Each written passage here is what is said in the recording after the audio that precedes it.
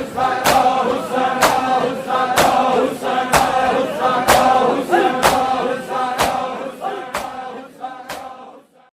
کے برقع پہن کے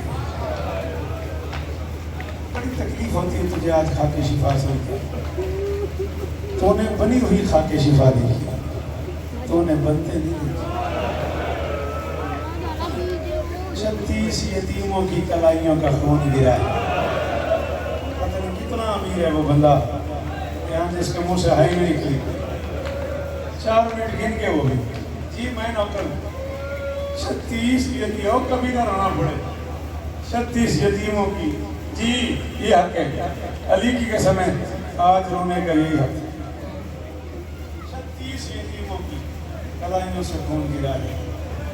تب بنی ہے خاک شفا. خاک شفا کے برقعے پہن کے گرم ریت پہ بکھرا ہوا قرآن چھوڑ. واہ واہ وسیم یہ کرم ہے تجھ میں. دیکھ آنکھ کو سلام ہے میرا بچہ یہاں سے آنسو چلتا ہوا یہاں تک آ گیا. اللہ اکبر. خاک شفا کے برقعے پہن کے دربر کی گرم زمین پہ بکھرا ہوا قرآن چھوڑ کے چل پڑی علی کی بیٹی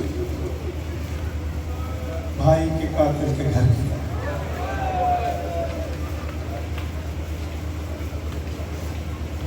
یہ دیکھ لو بھائی شادی مجھے روک کے کہہ رہے تھے کہ زیادہ میں کنیز کا بیٹا ہوں. کہتا بہنیں بھائیوں کا جنازہ ایسے چھوڑ کے جاتا.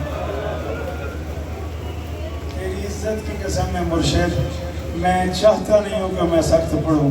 رو رو رو کے دیکھ تو صحیح ان کی آنکھوں کی ان کے چہروں کی ماتم کر کے کیا حالت ہو گئی ہے.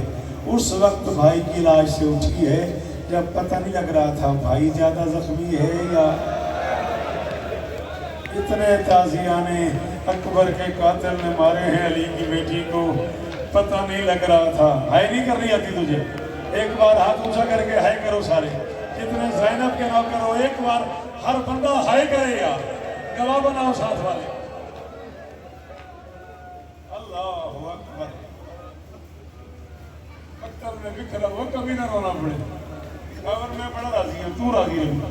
مقتل میں بکھرا ہوا قرآن چھوڑ کے کربلا کے جنگل سے چل پڑی علی کی بیٹی. ایک ایسی شخصیت ہمارے پاس تھی جن کا نام ہے نبی مجلس ہے. آج سے 50 سال پہلے قبلہ و کعبہ سرکار علامہ رشید ترابی مرحوم آل اللہ مقامہ قبر اللہ مرکزہ نے کراچی کے منبر پر فرمایا تھا قافلہ 2 حصوں میں تقسیم ہو گیا. مرد نیزوں پہ سوار ہو گئے.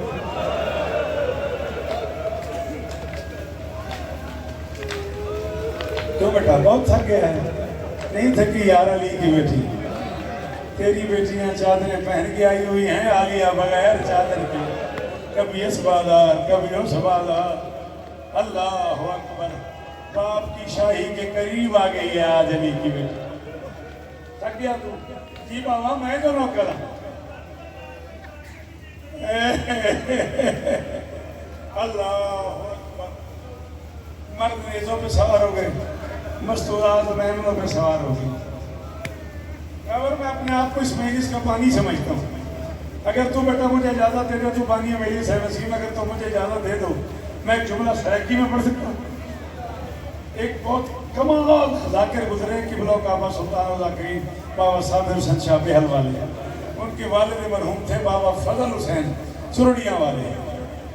جس دور میں علامہ رشید ترابی نے فرمایا تھا نا مرد نیزوں پہ سوار ہو گئے مستورات مہمنوں پہ سوار ہو گئی. اس دور میں کسی نے بکھر میں بابا فضل حسین شاہ سے پوچھا تھا کہ بلا ترابی صاحب پڑھے مرد نیزوں پہ سوار تھی گئے مستورات معاملہ پہ سوار تھی گیا. یہ جملہ ٹھیک ہے؟ انہاں کیا جملہ ٹھیک ہے؟ پڑھا تھا اس جڑے نیزے تے ہن او صوفیان جڑیاں معاملہ تے ہن. ہائے ہائے ہائے ہائے نہیں آتی ہائے کرنے. تو کو بہت امیر ہے یار. جڑے نیزیاں تے ہن او صوفیان جڑیاں معاملہ تے ہن او اوکھیان. آخری جملہ آج کے مجلس کا یہ آخری حد تک آنکھ دیکھ رہی ہے. حسین کے زداد کھڑے ہیں. بیٹا ہے کوئی سیدزادہ جو ہاتھ اٹھائے؟ ہے کوئی سیدزادہ؟ میں کنیز کا بیٹا ہوں.